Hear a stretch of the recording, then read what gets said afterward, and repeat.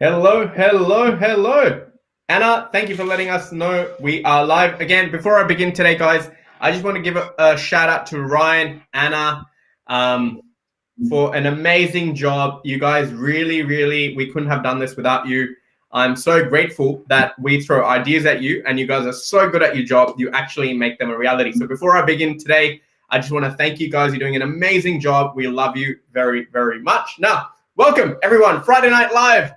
The most exciting time of the week. I've got Sean with me, I've got Mark with me, and I am Keshav. So if you're seeing us for the first time, welcome. This is where we discuss all things property, life, business, investments. If you're coming back to us again, welcome home. You know what we do, how we do it, and we are so glad to have you. Now, and we're having a little tech problem. Are we echoing somewhere? Let's have a quick check before we begin. Should we try and mute everyone for a second? And we'll have another go. Is that better for everyone? Can I get a quick yes in the chat? Perfect. Awesome. Sorry for that little sniggle, but welcome to Friday Night Live. I've lost which episode this is, Sean. You can let us know. Please give us a like, subscribe, leave us your feedback in the comments, support this. It means a lot to us. And what that means is it pushes our content out to other people who might need it. Without further delay, let's get into today's topic. Today's topic is actually very, very close to my heart. This is something I would say I'd actually speak for Marc and Sean here. It's very close to all of our hearts. The intention behind today's topic, guys, is to help people reflect on their own patterns and past behaviors and see if it's really serving them. Often in the world of investing or business or employment, we all have benchmarks and KPIs that we try to meet, benchmarks for performance, progress, profits and loss, so on and so forth.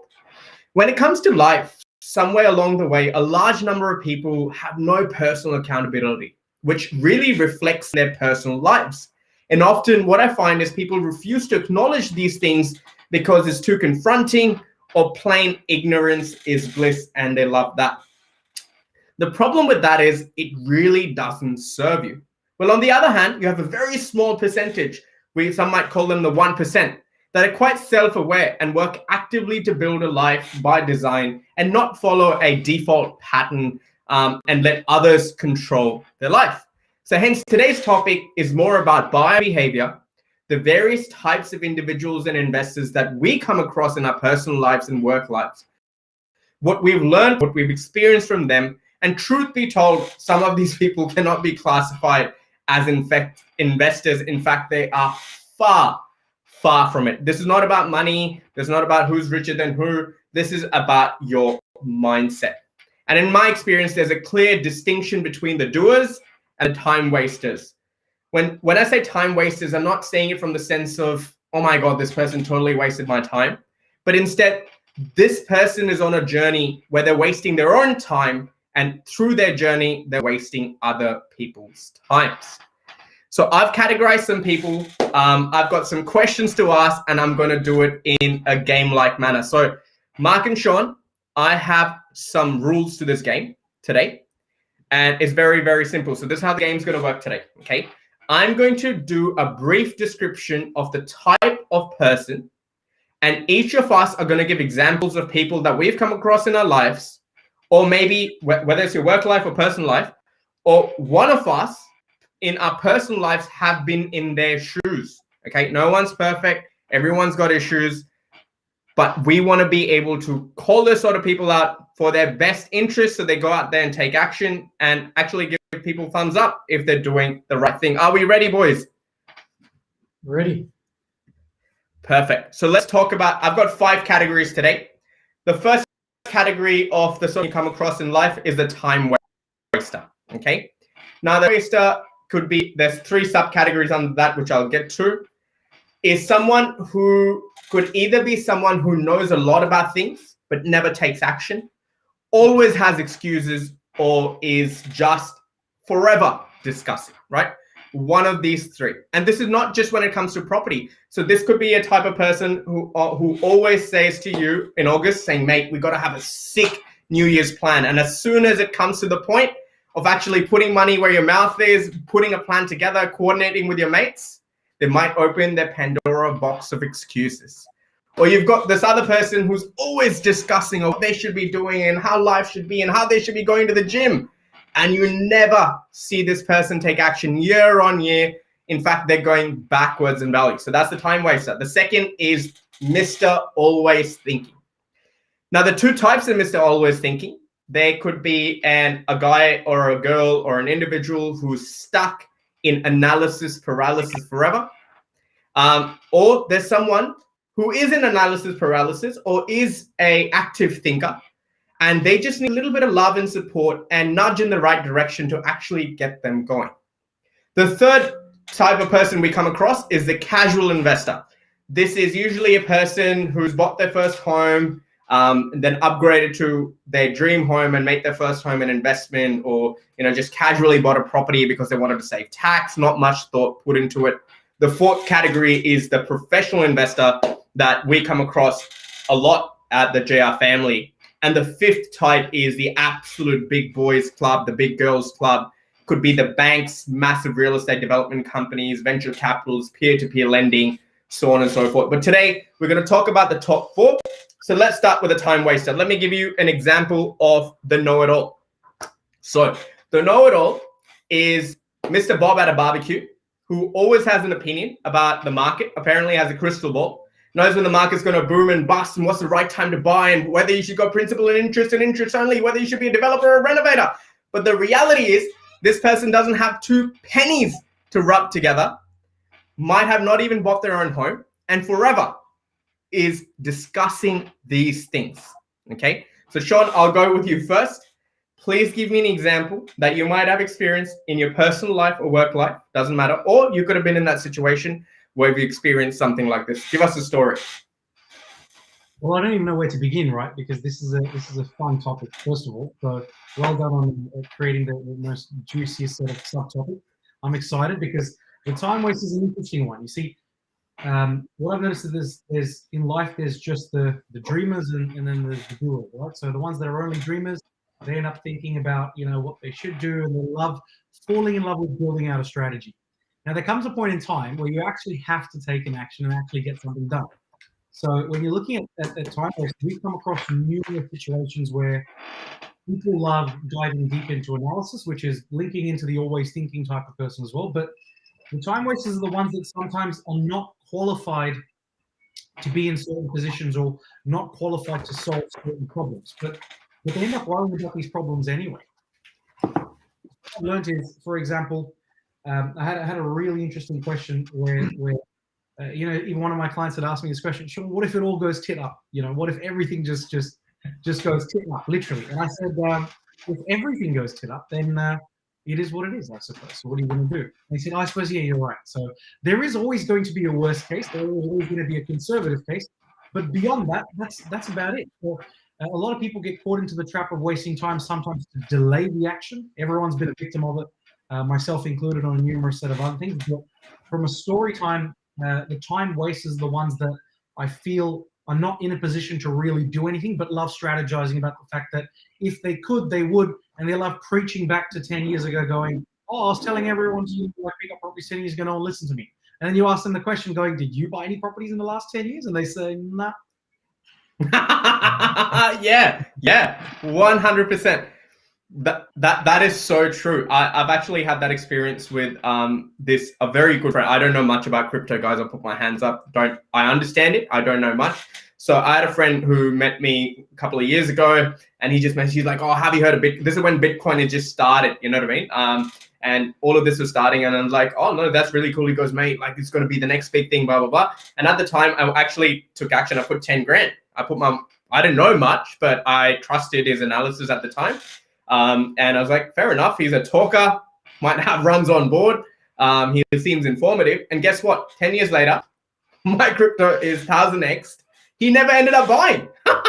So I guess there was some opportunity cost there. Now, Mark, in the time waster category, I have a really, really favorite one. I call them Mr. Pandora box of excuses. Give me a story where the common excuses are, I need to talk to my wife, my dog, my neighbor, check if my car takes 98 or 97.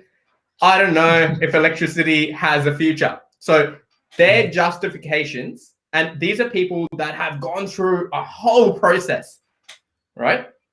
And yet they have a Pandora box of excuses where sometimes when you hear this excuse, it's not even worthy of a response. Like, to be honest, sometimes I'm just like, mate, I don't even want to respond to that. It's horrible. Give me a story, Mark. It's a saxophone full of excuses. I think there's many type of excuses, we'll say, that we come across on a week-to-week basis, even what we go through all together. Where, you know, one thing, okay, before I go into it, I just want to say on the back end of what we just discussed on the last topic, the guy at the barbecue, there's a thing that was told to me many years ago where teachers teach those that go and do, but the teachers haven't done themselves.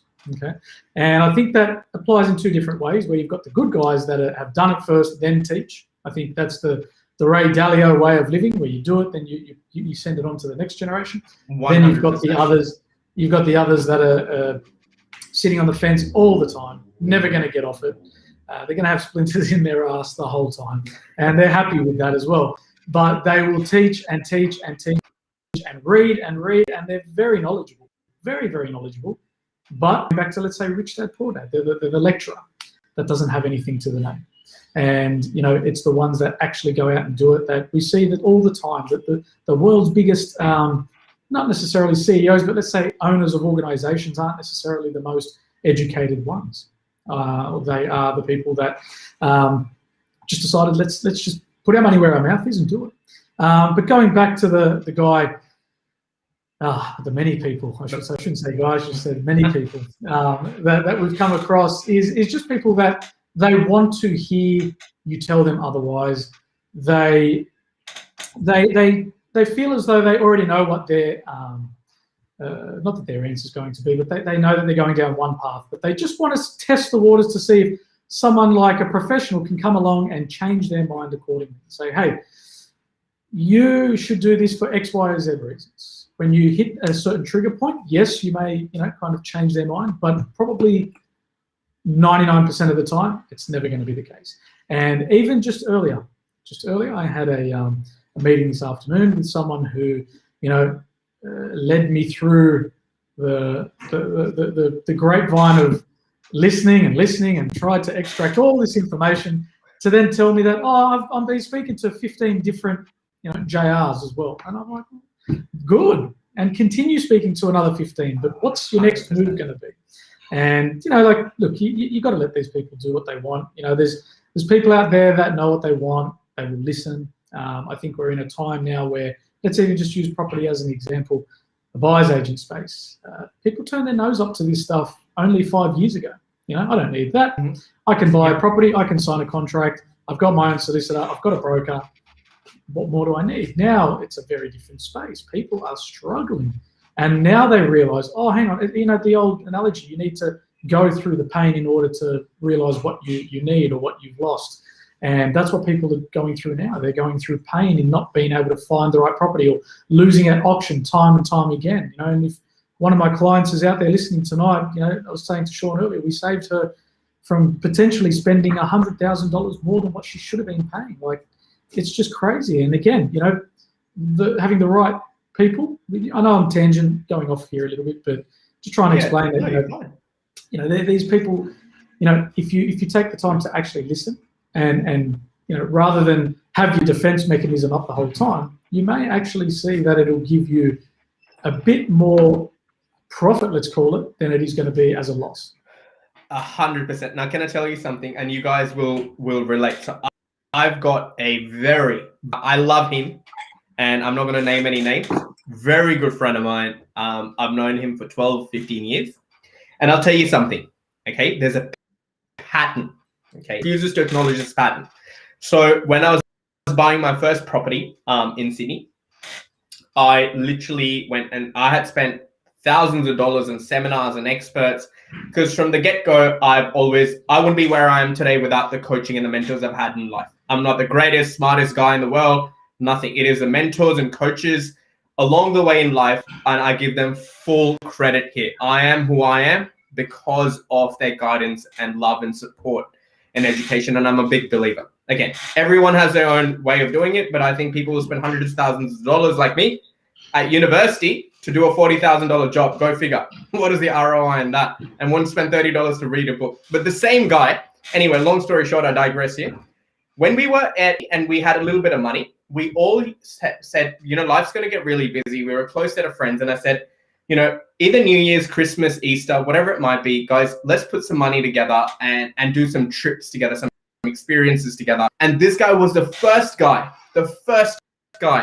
to be, mate, discuss with everyone, send everyone links, mate, we should be doing this and doing that. And I saw this camping thing and we can drive our car, whatever it is, right? And as soon as it came to the time of actually putting money forward, booking, so like say 6 of us, 8 of us, we've already booked, paid based on his description or links to the place. This guy would not show up. So year 1, it happened. Year 2, it happened. Year 3, it happened. And we just stopped inviting this guy. I'm like, mate, you're full of shit. Like, you come in, you get to have a few drinks, and then you never show up. Long story short, now we finished uni. We've got a little bit of money. I said to him, I said, mate, this is what I've learned at the seminar. It really makes a lot of sense. I'm going to go buy my first property. This is my broker. This is what you need for a deposit. This is literally the street I'm buying in. You can buy next door, right? Guess what? 11 years later, he hasn't bought.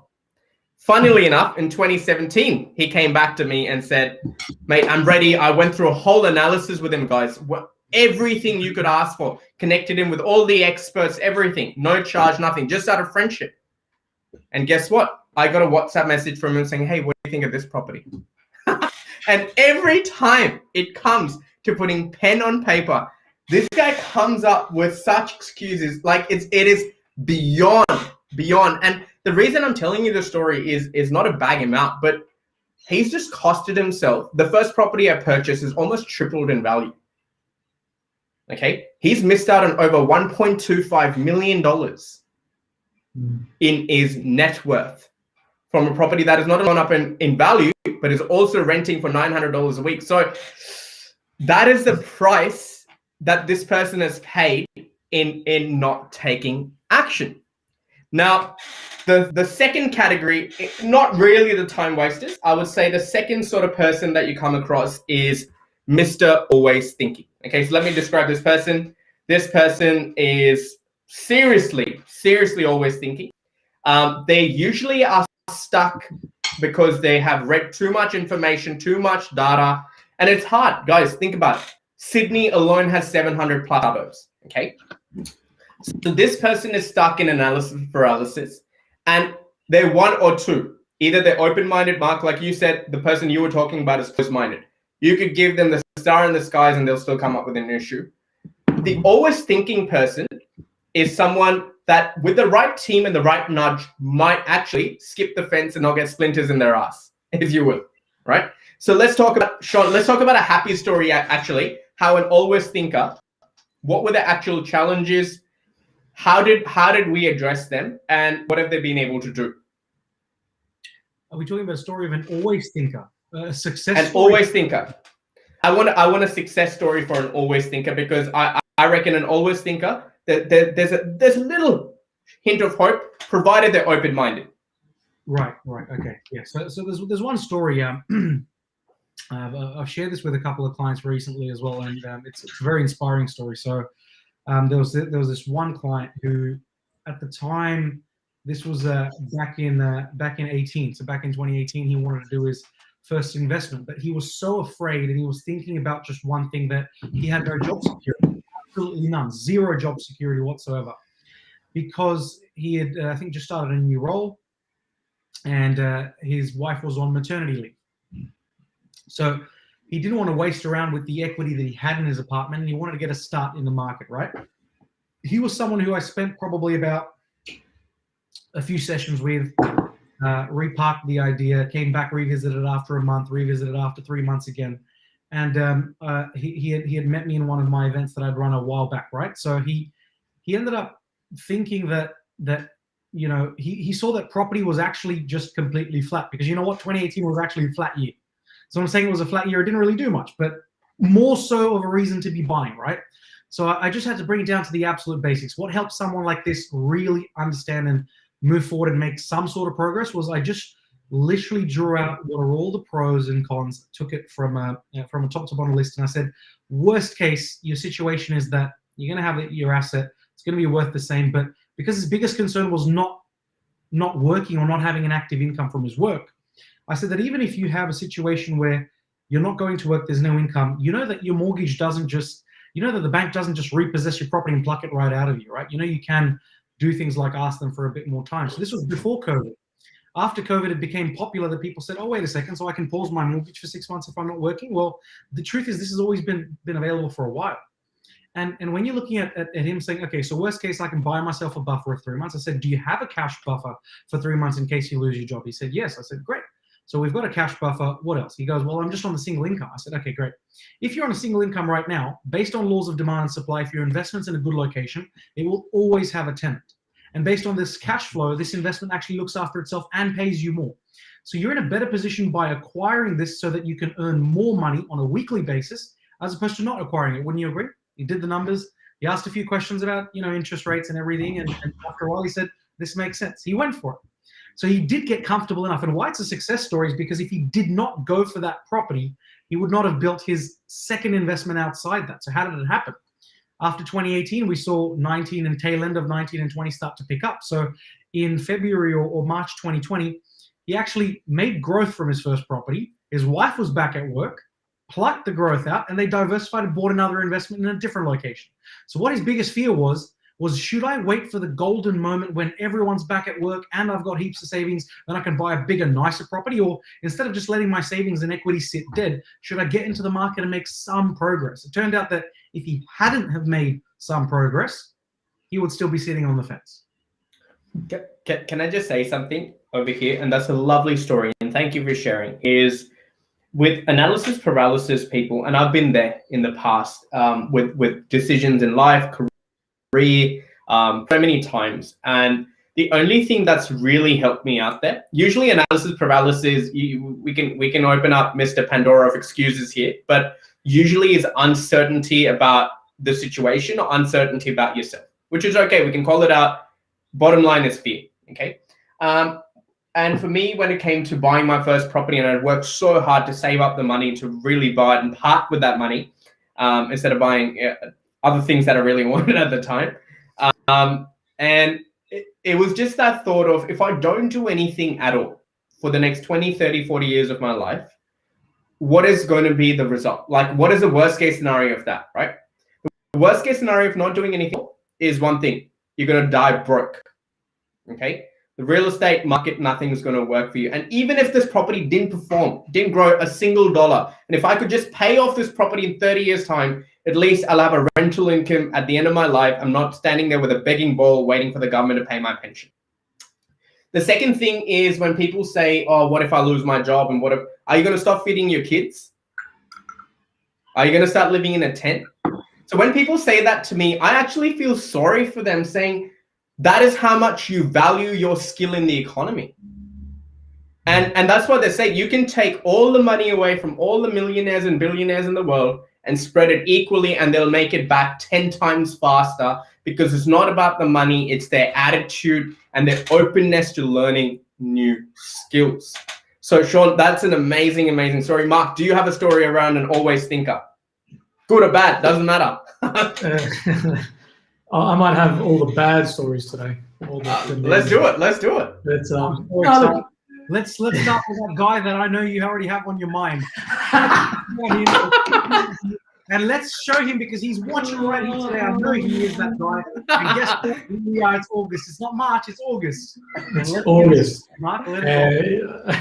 I really do wish I remember his name purely for my own sake. But there was a time, probably close to a year ago now, probably a little bit less than a year ago, and we came across this gentleman who both myself and Sean actually had a conversation with just over the phone or maybe online, whatever it was. And, just getting his opinion on the property market. Now, let's assume that this was back in, let's say, November last year. So on the back end of being in lockdown, things are opening back up, life is getting back to normal. It was a good time of the year last year. Now, a lot of speculation as well. We'd seen, a lot of reports only a couple of months earlier that were going to say that the market is just going to completely tank.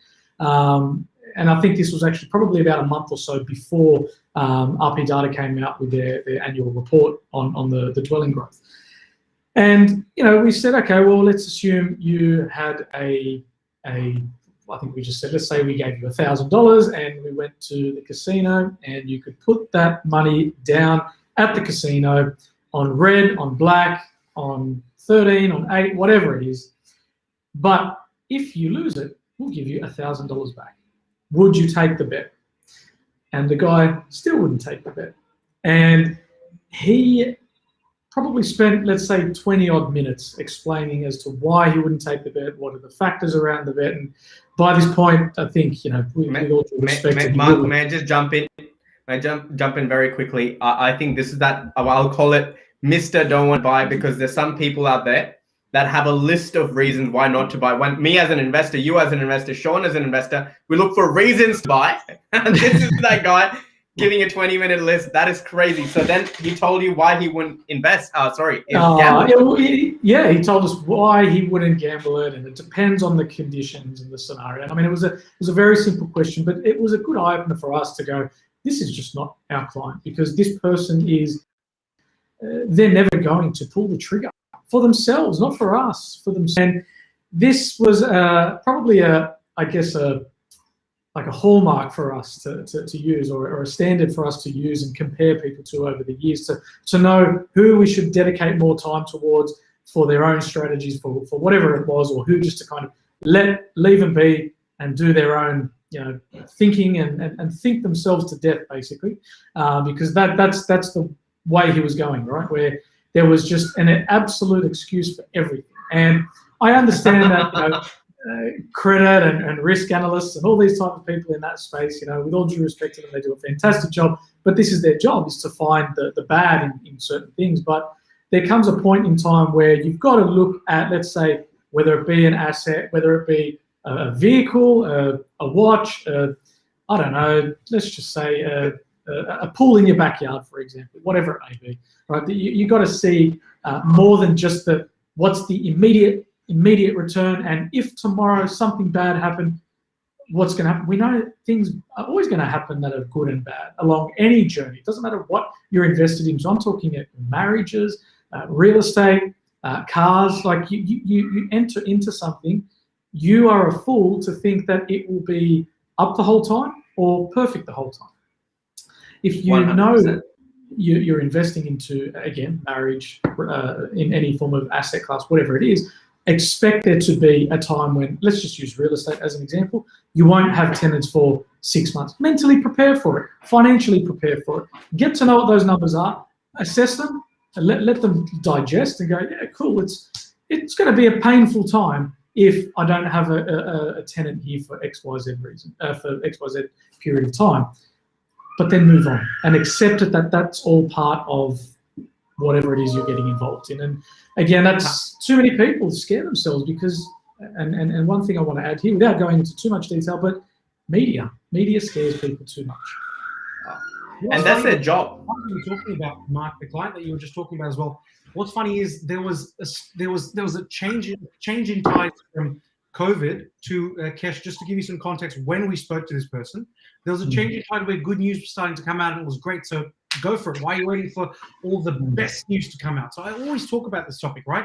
Last time it was, the vaccinations are not really out. There's no vaccines. How are we going to go back to society? Yeah, we're out of lockdown now, but what about the second wave, the third wave, the 10th wave, blah, blah, blah. What about the US election, blah, blah, blah. But here's the thing. The good news started already coming out, and he was already like, no, because the job keeper's going to end. The job seeker's going to end. It's John, it's good. Everything. What about it? What about it? What about the vaccine? When people say, what about the election? What about it?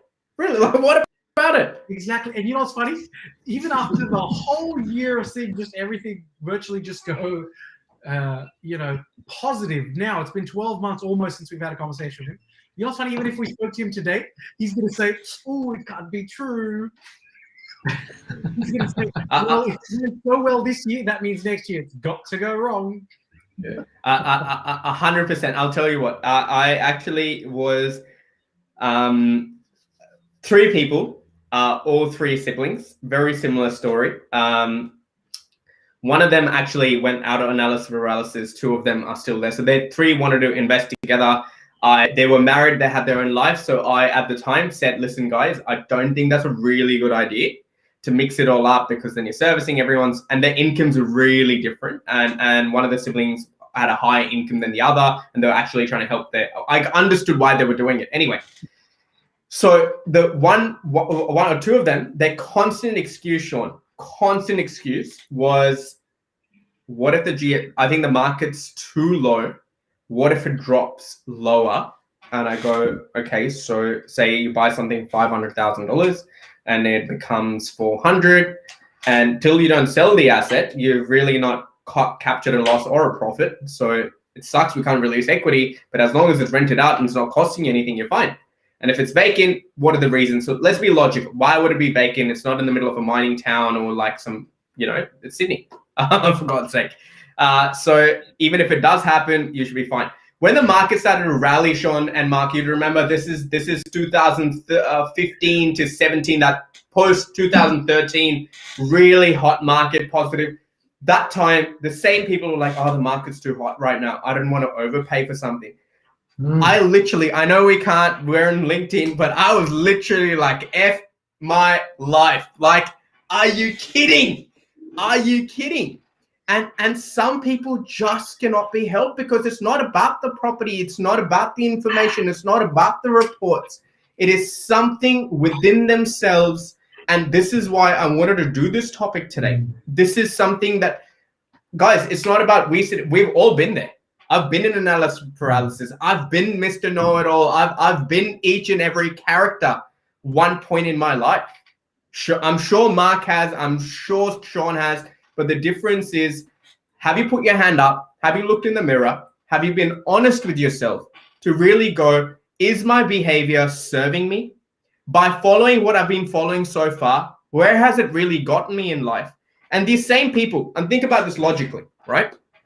I said to my dad that instead of sending me to private school for 15, 20 years, instead of me going and doing a bachelor's and master's, if you had just taken that money and put it in real estate, I would have never had to work in the rest of my life. People are willing to spend 15, 20, 30 years, spend hundreds of thousands. I don't care whether you go to Harvard, you go to Oxford, you go to UNS, no university guarantees you a job. Yet, hundreds of thousands of dollars in fees, you will spend 15, 20, 30 years of your life for a $50,000 job that you got to work in for 10 years to get a $120,000 pay rise and deal with shit like that is your life. And do you really want to live your life on basis of other people's decision? Your income is based on how you did on an interview. Your income is based on what qualifications or what access to education you had. Mate, this is 2021. If you've got money and you know how to park it, in 15 years, no matter what background you come from, your future can look very, very different. This brings me to my third category, the casual investor, Sean and Mark. Okay. So let me give you a description here. And in fact, I'll give them a big thumbs up, a big cuddle, a big hug, give them a shout out saying, well done. So for me, a casual investor is someone who could have been any of the previous categories, but has taken the courage, taken the step to actually go out there and take action. Right? Dhanushka, 100%. But you know what? Private schools were fun though, I'll tell you that much. And then from there, this person could be someone, Sean, Mark, we see them every day. Hey, I bought my first home. I could afford something for $650, $700, maybe an apartment, townhouse, or in a lower socioeconomic area house. They've worked hard in their life. They've made a little bit of more money. They've turned their previous property into an investment, and then they've moved into their family home. Now, There's nothing wrong in doing that. That's better than being any of the above categories that we've discussed. But the challenge there today, guys, I think they are on a massive disadvantage because there's huge disparity between the professional investor and the casual investor. So I just want to have a little bit of a discussion around that. So Sean, let's talk about you, for example, your first property versus the way you look at properties today. Hand on your heart, simple, yes or no. Would you have made your first purchase a little bit better knowing what you know today? Yeah, definitely, 100%. First purchase was actually just barren land. So, how's the cash flow on that? Zero. Well, looking back, obviously, you know that there are some things that you could have done better. Obviously, you can structure things and make more professional or more informed decisions. I feel that when you're in the industry, things are so much more different because you're doing it on a daily basis. So every single day you're crunching numbers. Every single day you're performing models around best case, ideal case, worst case. But you definitely look at things differently because when you are a professional, when you're working with professionals, the main point of difference is that they're taking the guesswork and the emotional bias out of the decision-making process. If you take the emotional bias out of the decision-making process, the decision is bang. You know that it's a good investment, you go for it. So what I learned personally about myself is, and I've got some really fun rapid fire questions for you both later, like we did last time as well. So I'd love to tease you. I love them. Some rapid rounders coming up soon. But yeah, I mean, the decision is a whole lot more different when you're in there doing it every single day because you're taking your emotions out of it as much as possible. You're not worrying about the social stigma of, oh, is it, Blacktown City Council? What's going on? What's this? What's that? Oh, I don't know about this. I don't know. You might get stabbed on the street in that suburb. Well, no. If the numbers look good and if it matches what you know about the area and what your future prospects are after a bit of serious due diligence, then you should be going for it because you just have to ask yourself the question, right? What is the worst case that's going to happen? If you cover your downside risk, and the thing is, life cannot be 100% risk-free. Because then that's the only way to be 100% risk-free. There's only one way, it's to die. So when you're dead, everything's risk-free. Absolutely. Well said. Mark, I've got a question for you. Now, there's a massive disparity of wealth we can see through the pandemic. This is my prediction. I'm going to say it on camera. In the next 10 years, mark my words, Australia's never had ghettos. You're going to start to have ghettos because where the affordable middle ring now has become really wealthy. People like 30, 40, 50 Ks around. I live in the Northwest Corridor. My neighbor's house sold for 3.45 million on a 700 block. So there we go. So shit is selling for a really, really high price, right? So that's pushing poorer and poorer people away into pockets. So just knocking them out of affordability, but it is what it is.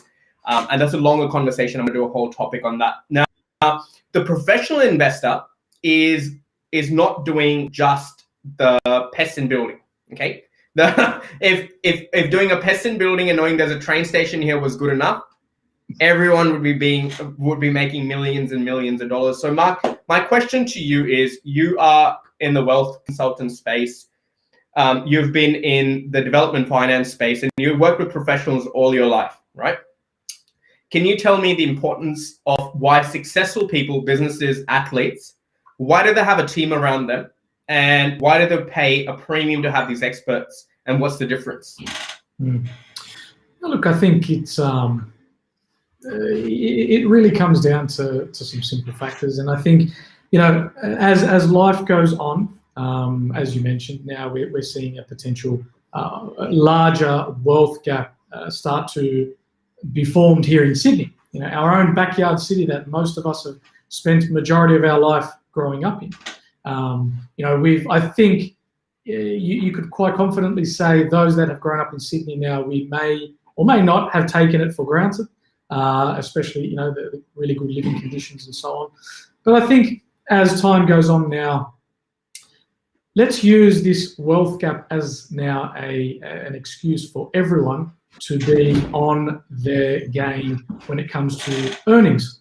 Okay, and no matter where they're getting their earnings from, they could own their own business, be an employee, I don't know, be an investor. Doesn't matter what it is. Yep.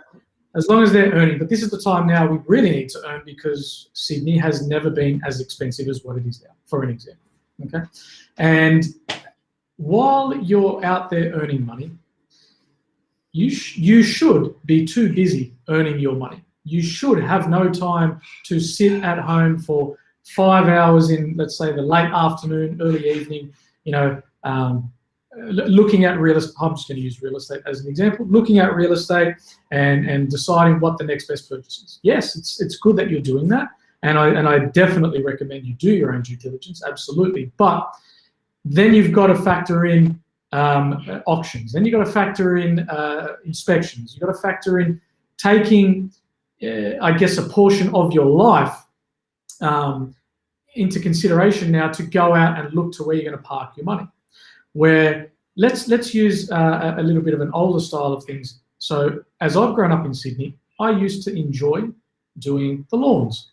I used to enjoy mowing the lawn because it was, maybe on a Sunday, it was a nice little relaxation. It was almost like a meditation. It's probably a male meditation, well, I think anyway. But as time has gone on, I've had, I've got a son now, things like that. And, because we, as we all know, we work as a team extremely hard, and long hours in the day, and we're not doing it because we're forced to do it. We're doing it because we love it, and we're helping a lot of people. So we're providing a lot of value, and a lot of value takes a lot of time. And while we're doing this or adding this value to the community, we've got things that we may sacrifice, like family time. So that family time that you get is now quite limited. So any spare moment that I get, for example, I like to spend it with my family. So now I'm in the mindset where I'm like, forget the lawn. My meditation now is family time. So if I was to add on family time, then mowing the lawn, then washing the car, and doing this and doing all these things, you're losing time. And now, again, if we look back 20, 30 years ago, let's say when my father grew up in Sydney, yeah, that's cool. The way of living was different back then. Growth compared to property growth was very different. Yeah, interest rates were higher, and we get all these other excuses, and I'm not going to go into that now. But times are changing. People need to do more in order to put even just the necessities on their table. All right. The last thing you want to be doing now, I believe, is utilizing any spare time that you do have at looking at ways that you can better yourself. For example, look at parking your money within a team, let's say. And if there's a way that your team can do it without having to take money from you, even better. All right. So I think in today's day and age, maybe let's say 5 years ago, as I mentioned earlier, a buyer's agent, many people turned their noses up to it because it was, something you would only see in New York or London, because we didn't need it here. We're a backyard city, but now we're an international city. Now we're internationally recognized. You cannot buy property in today's market with interest rates the way that they are any quicker than what people are buying them before you. And you know what? You may have approval for $1 million. Someone's got approval for 1.5, and they are going 100%. To blow you out of the market. How are you going to compete with that? You're going to compete by tapping into a network that you don't have access to. And you don't have access to it because you're not in that industry, and it's not expected that you do. The same way that if I needed a big discount on a bundle pack for my home, internet, phone, whatever it may be, I'm not going to ring up Telstra and say, give me a discount. They're just going to go, get to the back of the line like everyone else. I'm going to go to a connection. I'm going to pay maybe an extra $1 to speak with a consultant that does this for a living, if there is such a living. So I think in today's market, we need to factor in that quality time, or the time that matters most with our families, is very limited. And it's going to continue 100%. 100%. And I just want to, viewers get an understanding. I just want to put up a slide of the teams that I use, the JR clients use, and these are each and every part of this is so important. Forget the business side of it. It is so important to me as an individual, because I depend on Divian, our acquisitions head, to actually go out and do the research. In fact, to give you an idea, we were looking at reports today. We were just chatting about buying data. Like JR is spending $150,000 to $200,000 a year on buying data. It doesn't make sense for an individual to do that. People flinch in spending $1,800 with a solicitor. I need a finance specialist. I don't need that mum and dad broker who's got access to 2 banks. If you want to build a portfolio, I need a guy who knows the tricks, can think, knows how to present a file, has written billions in dollars in loans, is an investment. He knows his stuff. I need a solicitor who's investment friendly. You know, most solicitors out there, love you guys, are looking how not to do a deal. I want a solicitor who wants to do a deal. I need an accountant. I love you accountants. You are amazing. But out of respect, out of love, the $50 shopping center accountant is not good enough for me. I need to have access to developers and builders so I can really understand the quality of product I'm getting. Are there warranties in place?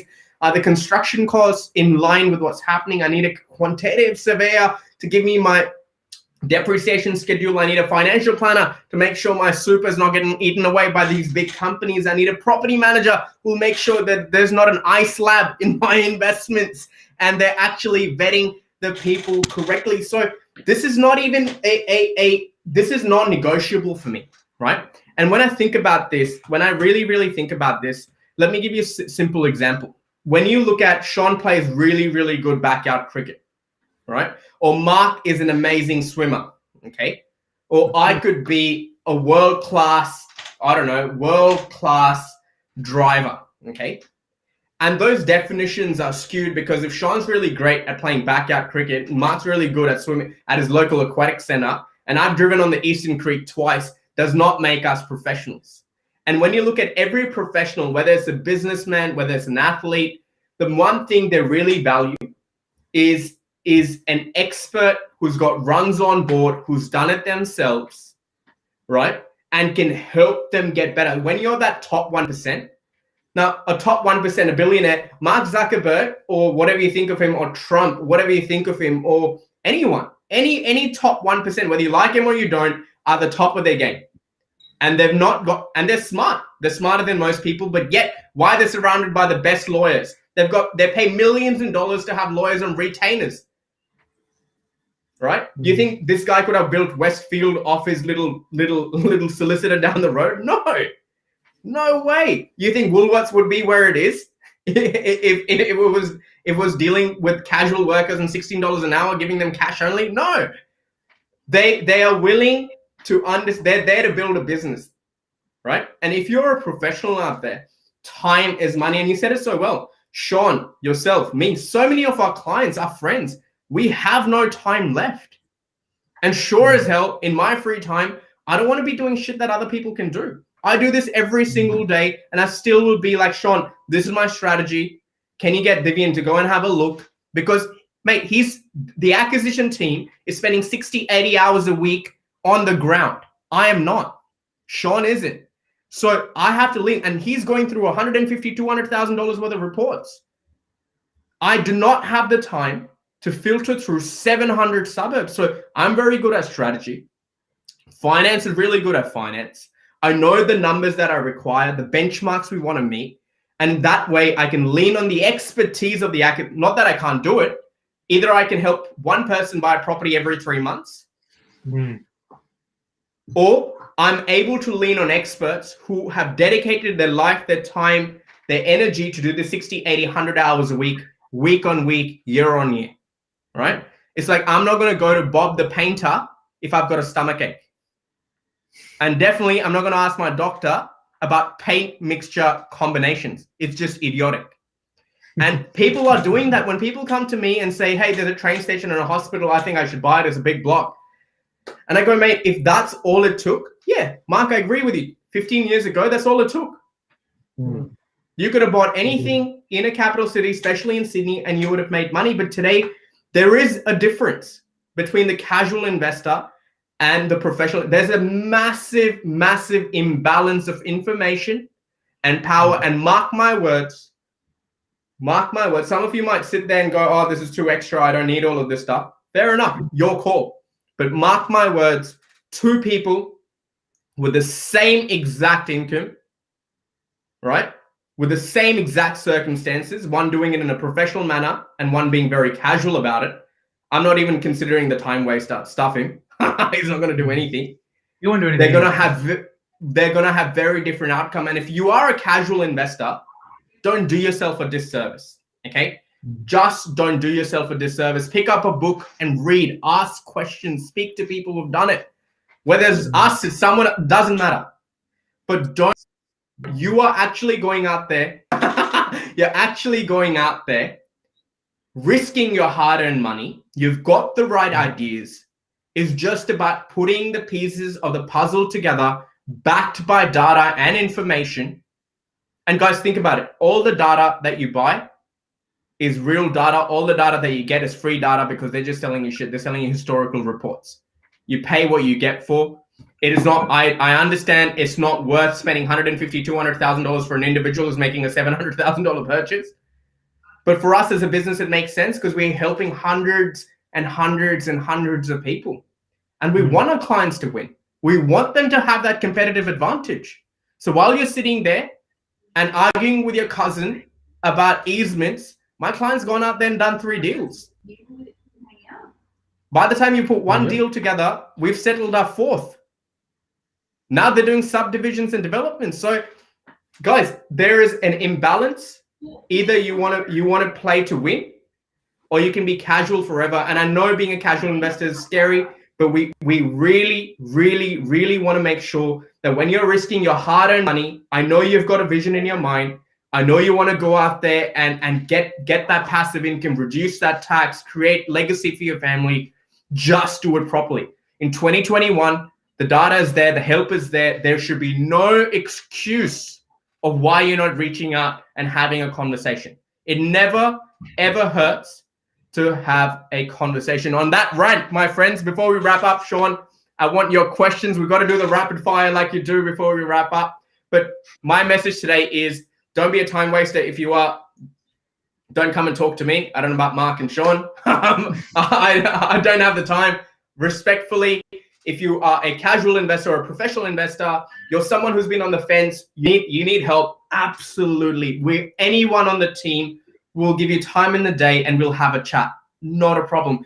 Guys, before we wrap up, before we do the Sean's rapid fire questions that are so popular that I love, I am doing a webinar where I'm actually going to take you through a step-by-step process. So it's on the 31st on a Tuesday, 7 p.m. on Zoom. So the comfort of your home, pour yourself a wine, a whiskey, a tea, whatever it might be. I know it's a shameless plug, but guys, I put in a lot of effort and I can tell you one thing. You can literally take notes from this webinar and go and action them tomorrow. It's taken me 10, 15 years of personal experiences, failures and successes to put it together. And I've simplified it in 6 steps. Please come and watch it. It'll give you a great perspective. Sean, back to you, buddy. Before we wrap up, what's the questions? Oh, by the way, the link to register is going to be in the comments below. Yeah, 100%. And don't miss out, guys. Go ahead and make the most of it. I love it. We've already had great feedback from some of the past events, so go for it. Don't miss out. In terms of rapid round, you know, I wanted to start a series soon, but I'll keep mixing it up. But here's something really interesting. Things clients say that can make you feel a certain way. So all I need is your personal opinion on how you feel when you're working, when you've worked hard. You both are professionals in your space. You know how much we fight tooth and claw for deals all over the joint and 100%. Successful, right? It's a daily battle these days. So anyway, from a question, I just wanted your raw, honest feedback when your client tells you these 2 sentences.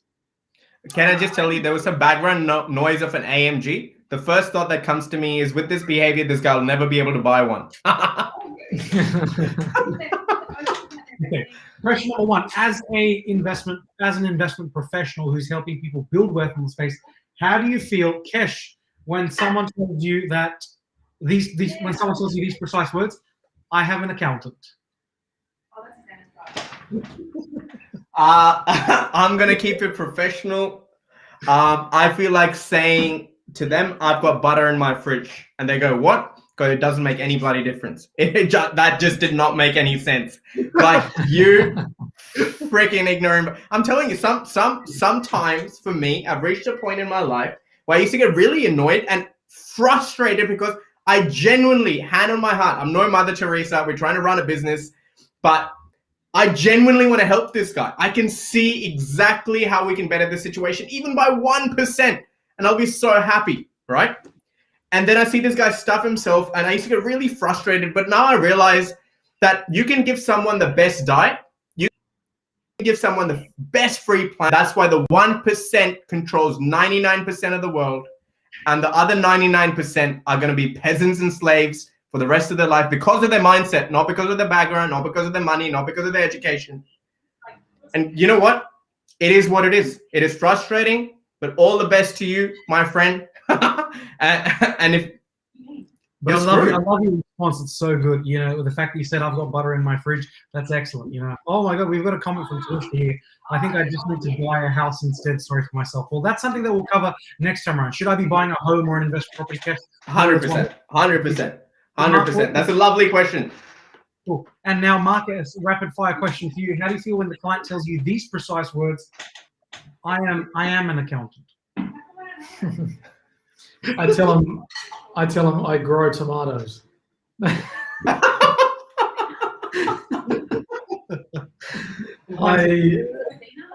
know, it's a funny one when you get that one. That always sneaks up on you. And funnily enough, one of our latest onboarded clients yesterday is an accountant, and you know, we had a really good conversation where you know, very super nice guy. But if I get that question most of the time, or sorry, that statement told to me, it's a bit interesting. I don't know how to take it. Firstly, I know that there's a bit of a conservative manner already, so we need to tread lightly. And I feel as though that's someone that's on the fence of being a paralysis analysis kind of guy. Mark, can I just jump in really quickly before I forget this thought? And I'm really sorry, Sean. Yeah. Can I ask you something back? So we could be in a meeting, and you could. I understand the tonality. That's why I reacted a little crazy. So when someone sits to you and goes, "Well, I'm an accountant," and I go, "Well, your balance sheet definitely doesn't reflect your decision making has gone right." But why is that okay? And I can't enter a room and be like, "Hey, I'm a millionaire," and then people will be like, "Oh, what a dickhead! What not?" Like, you know. So sometimes it doesn't matter what your profession is. I respect every profession, but if you're an accountant, you're a scientist, you're an engineer, you're a doctor, we love you. We respect what you do. All I want in return is if you've come to a professional, come with an open mind and really understand where we're coming from. Don't come with your previous biases and opinions. Actually understand what is being said, the logic behind it. And if you've got a valid question, 100%, all years. But telling Mark, well, I'm an accountant, full stop. He has to say, I grow tomatoes. Exactly, absolutely. And that personality that you receive it. So, if I ask clients, for example, hey, do you enjoy looking into the numbers? And they say,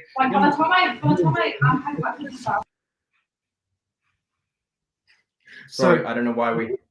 Yeah, so when I ask someone, you know, hey, do you enjoy looking at the numbers? Because the numbers are super important when you're making the right decision.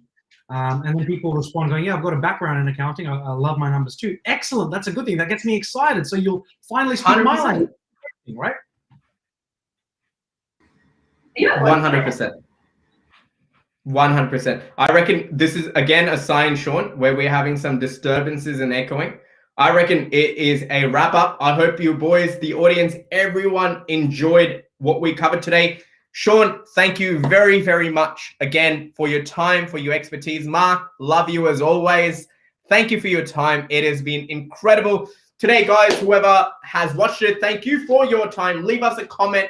Don't forget to watch my webinar on Tuesday. This is another shameless plug. On 31st Tuesday, from the comfort of your home, is going to be 2-hour one-on-one workshop. No rubbish, no sale in the end. Absolute gold. Please, if you're truly serious about investing, you want to watch something that is actually actionable, come on board. The team's going to be there. We'll greet you, we'll welcome you, and we will learn together. On that note, give us a like, subscribe, comment, give us feedback, questions, topics you want us to cover, and please let your friends know about Friday Night Lives. Till next time, good night, take care, and stay safe.